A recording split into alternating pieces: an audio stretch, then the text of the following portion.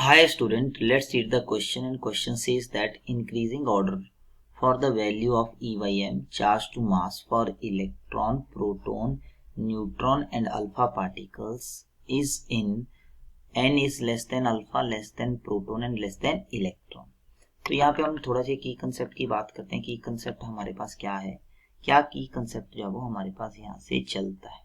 देखिए की कंसेप्ट में हमारे पास क्या पूछा गया है, की कंसेप्ट में पूछा गया है चार्ज टू मास रेशियो। तो हमें चार्ज टू मास रेशियो देखने, चार्ज टू मास रेशियो किसके इक्वल होगा, that is charge present on particle, charge on particle divided by क्या आ जाएगा, मास ऑन पार्टिकल्स।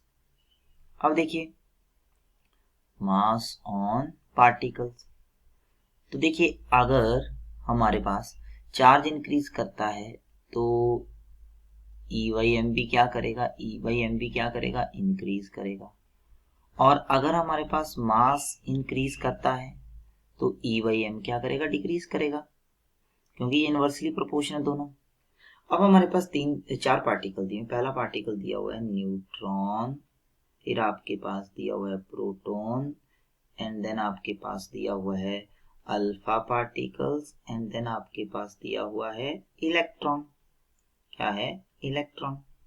ओके, तो यहाँ पे आप देखिए न्यूट्रॉन के ऊपर तो चार्ज होता है, आप लोग जानते हैं न्यूट्रॉन के ऊपर चार्ज होता है 0, ये न्यूट्रल है।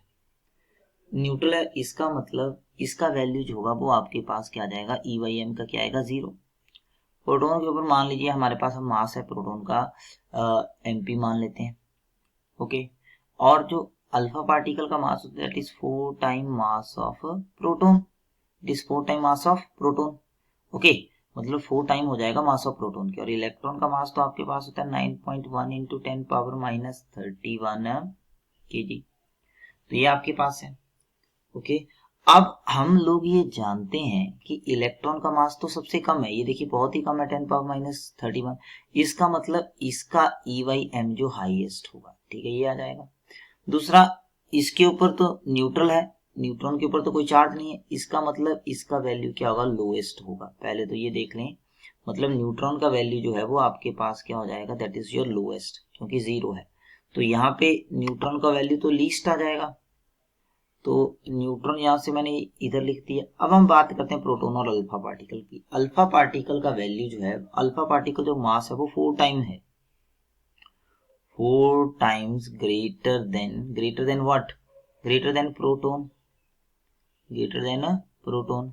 चार्ज भी ये पॉजिटिवली चार्ज हीलियम न्यूक्लियर होता है ना, तो इसका मतलब इसका मास 4 टाइम ज्यादा है, तो इसका EYM क्या होगा, आपके पास कम होगा, तो इसका मतलब आ जाएगा अल्फा, देन आपके पास आ जाएगा P। ओके, तो ये वैल्यू जो है, ये स्टेटमेंट आपके पास क्या है, this statement is a true statement. तो ये स्टेटमेंट जो गिवन स्टेटमेंट है that is your true statement. So I hope this will clarify your doubt. Thank you.